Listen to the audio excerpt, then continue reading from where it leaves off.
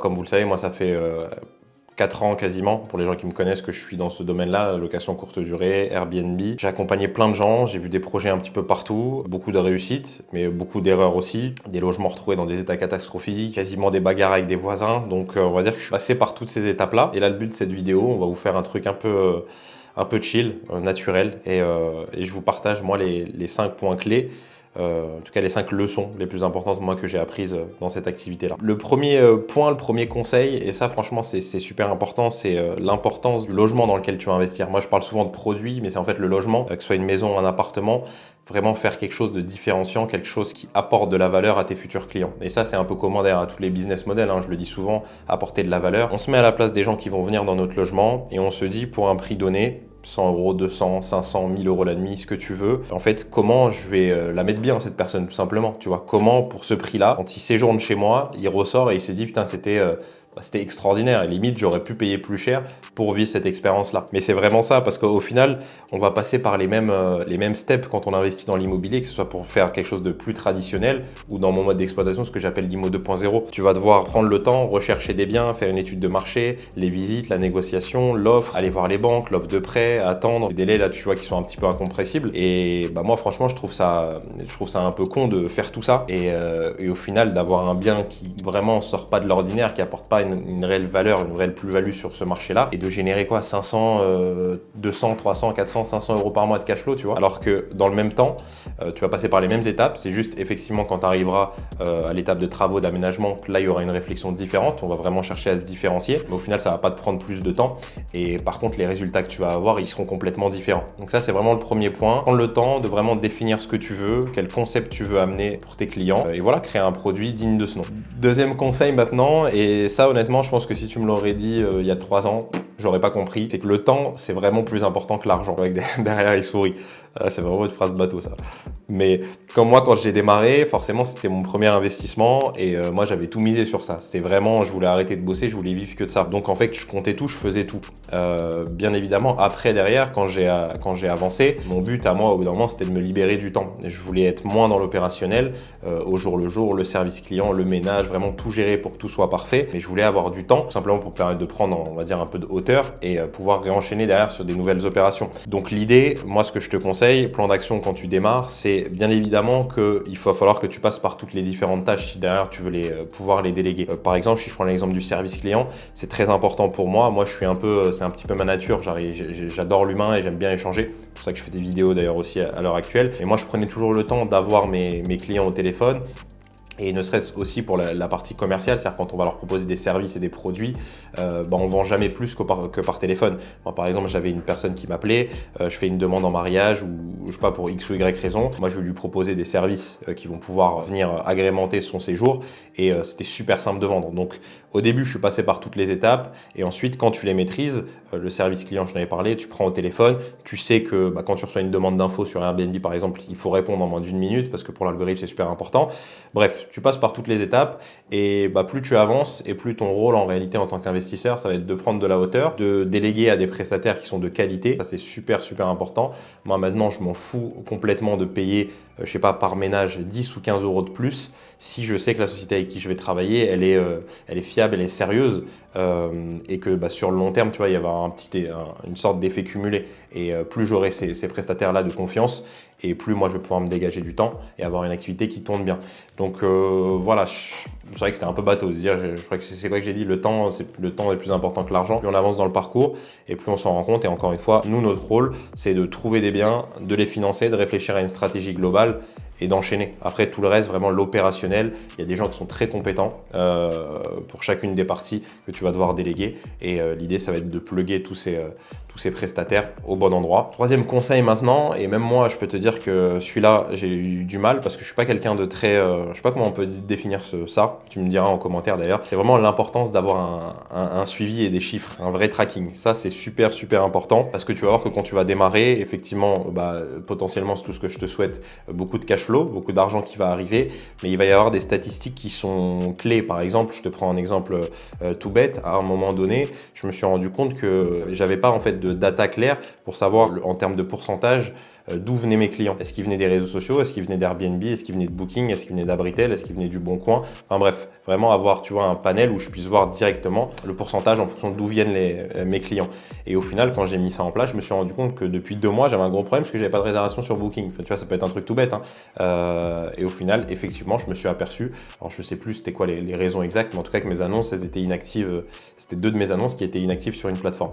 Donc ça, c'est un exemple pour t'illustrer un petit peu ça. Mais il peut y avoir plein de data, de KPI, comme on dit, qui sont vraiment clés à ton activité et il faut que tu puisses avoir en un clin d'œil un rapport complet avec tous les chiffres stratégiques de ton activité. Ça, c'est important. Si je prends également l'exemple de tout ce qui va être abîmé, etc., puisque tu sais que nous, on demande des dépôts de garantie à nos clients et quand il y a des choses qui sont abîmées, etc., on va facturer. Ça, c'est très important aussi d'avoir un suivi pour que tu saches à l'instant T. Moi, je mets, je n'ai pas envie de trop rentrer dans les détails, mais je mets toujours une poche. Cet argent-là, je le mets toujours de côté pour prévoir des rénovations futures, tu vois, par exemple tous les 6 mois ou tous les 12 mois.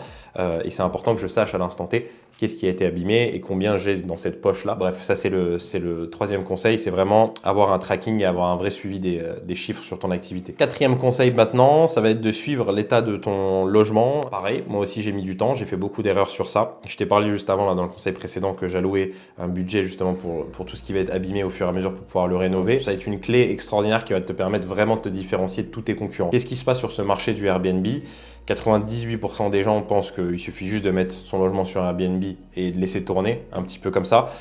Pas du tout. Ce qui va se passer, c'est qu'au vu du nombre de passages, moi j'ai entre 20 et 25 minimum passages dans le mois, donc tu te doutes qu'il y a beaucoup de trafic entre guillemets, il y a beaucoup d'usure, il y a forcément des choses qui s'abîment au fur et à mesure du temps, des petites traces sur les murs, tu vois, les peintures, etc. Et ça, c'est très très important d'avoir un suivi qui soit précis, d'avoir des bonnes remontées de la part notamment de tes équipes de ménage pour pouvoir vraiment suivre au jour le jour l'état de ton logement et pour pouvoir toujours conserver un logement qui reste neuf au fur et à mesure des locations. Et ça, vraiment, si tu mets ça en place, clairement, déjà, ça se ressentira dans l'expérience client que tu feras vivre. Encore une fois, ça, il faut plutôt le voir comme une opportunité de marché. Effectivement, il faut mettre en place des process, etc. Et là, vraiment, la posture, en tout cas, l'état d'esprit que tu dois avoir, c'est comme pour tous les problèmes, entre guillemets, qu'on va rencontrer. Effectivement, garder un logement neuf au fur et à mesure des locations, c'est pas facile. Mais dis-toi bien que si c'est pas facile, la majorité des propriétaires sur Airbnb ne vont pas le faire. Et donc, ils vont avoir un logement qui va se dégrader au fur et à mesure des locations. Et bah, toi, plutôt que de voir ça comme une sorte de barrière, vois ça plutôt comme une opportunité. Mets en place des process, sois très strict avec tes équipes de ménage, notamment dans les rapports, pour être tenu à jour de tout ce qui se passe dans tes logements. Et vraiment, mets en place des process, un suivi. Et n'hésite pas à faire venir des entrepreneurs. Ça, c'est souvent des gens que tu peux t'arranger pour les payer à la demi-journée ou à la journée. Tu peux toi-même t'occuper de fournir tout ce qui va être peinture, etc. quand il y a des petits trucs à refaire. Et ça va vraiment faire une différence encore une fois, dans l'expérience client que tu vas pouvoir amener à tes clients. Et moi qui accompagne encore une fois beaucoup de propriétaires, je peux te dire que tout ça, il y a peu de personnes qui le mettent vraiment en place et qui ont un petit peu une stratégie. C'est les hôtels qui fonctionnent comme ça. Eux, forcément, c'est beaucoup plus simple à gérer. Ils ont des personnes pour la maintenance en interne, etc. Mais quand tu vas dans un hôtel, un minimum premium, jamais tu vas trouver des trucs qui sont dégradés, etc. Tout est mis à jour continuellement. Et c'est ce qui fait d'ailleurs que beaucoup de gens préfèrent aller dans des hôtels que dans des Airbnb. Donc vraiment, vois ça comme une opportunité et fais le job, tout simplement. Là, encore une fois, super important. Moi, c'est un petit peu ma philosophie. Je sais qu'il y a d'autres propriétaires qui sont pas vraiment de mon avis, puisque je discute beaucoup avec vous. C'est vraiment de mettre la satisfaction client au centre de tout. Et là, moi, c'est vrai que j'ai beaucoup évolué. Tu sais que sur cette chaîne, on parle de vente additionnelle.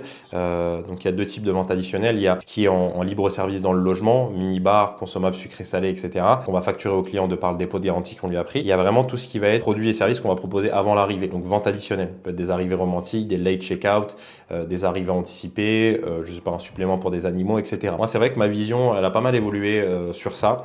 C'est que, au début, comme je t'ai dit, quand j'ai démarré l'activité, mon but, c'était de générer vraiment un maximum par logement. Alors que maintenant, je suis vraiment dans une politique un petit peu différente, vraiment de satisfaction client avant tout. C'est-à-dire quand j'ai une personne, par exemple, qui va me louer cher un logement ou qui va me louer pour, je sais pas, 2 ou 3 nuits, ça m'arrive rarement au final. Alors moi, c'est vraiment majoritairement du 24 heures, les réservations. Je vais plus avoir tendance à le facturer sur certaines choses. Par exemple, une arrivée anticipée, un départ tardif, ça, je vais lui offrir.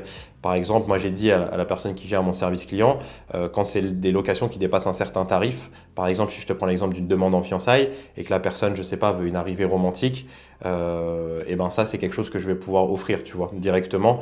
Et la personne se sent d'autant plus privilégiée puisqu'elle sait que c'est payant de base, elle le voit normalement elle voit le tarif, elle voit ce que ça comporte, une vente additionnelle en particulier, et le fait de lui offrir, bah, tu vois, ça apporte un vrai plus. Donc j'essaye d'être beaucoup plus souple qu'avant. Et pareil, même quand j'ai des choses qui sont abîmées un petit peu, ou alors des serviettes ou des draps tachés, j'essaye vraiment, vraiment de faire le nécessaire pour ne pas avoir à facturer les clients. Et vraiment, en dernier recours, si bah, je vois que je peux rien faire et que moi, ça va me coûter de l'argent, là, je facture. Mais voilà, vraiment, avoir une politique beaucoup plus souple que moi ce que j'avais mis en place au départ, et vraiment pour mettre le client au centre de tout et lui apporter une vraie expérience et qu'il soit vraiment satisfait, parce qu'on a beau dire ce qu'on veut, les commentaires, le bouche à oreille, c'est ce qu'il y a de plus important au niveau du marketing dans notre activité, et il faut avoir des clients satisfaits, c'est super important. Voilà, grosso modo, c'est les 5 conseils. Je sais pas si le monteur, ça a été clair. Ouais, t'as appris des choses. Tu vas te lancer sur Airbnb. Ouais. Donc voilà, j'espère avoir été le plus clair possible. Encore une fois, comme vous le savez, pour les personnes qui sont intéressées, qui veulent aller plus loin, qui veulent développer, pas simplement investir en location courte durée, mais avoir une activité qui soit professionnelle, qui soit pérenne sur le long terme, vous trouverez dans la description une formation offerte où je rentre déjà beaucoup plus dans les détails. Donc voilà, c'est 100% offert, vous avez juste à cliquer sur le lien qui se trouve dans la description. Bon, j'espère que cette vidéo a été claire. C'était la dernière dans ce bureau. Au final, bon, vous verrez les prochaines normalement. Ça sera sympa, en tout cas je vais essayer de faire un truc sympa. Voilà, c'était à peu près tout pour cette vidéo. N'hésitez pas à me dire en commentaire s'il y a des sujets que vous souhaitez que j'aborde sur cette chaîne. L'année 2025, on va vraiment essayer d'être super présent, super actif pour vous apporter toujours plus de valeur. Donc voilà, n'hésitez pas à me dire en commentaire, et si ça vous a plu, n'hésitez pas à liker, vous abonner pour donner de la force, et je vous dis à très vite dans une prochaine vidéo.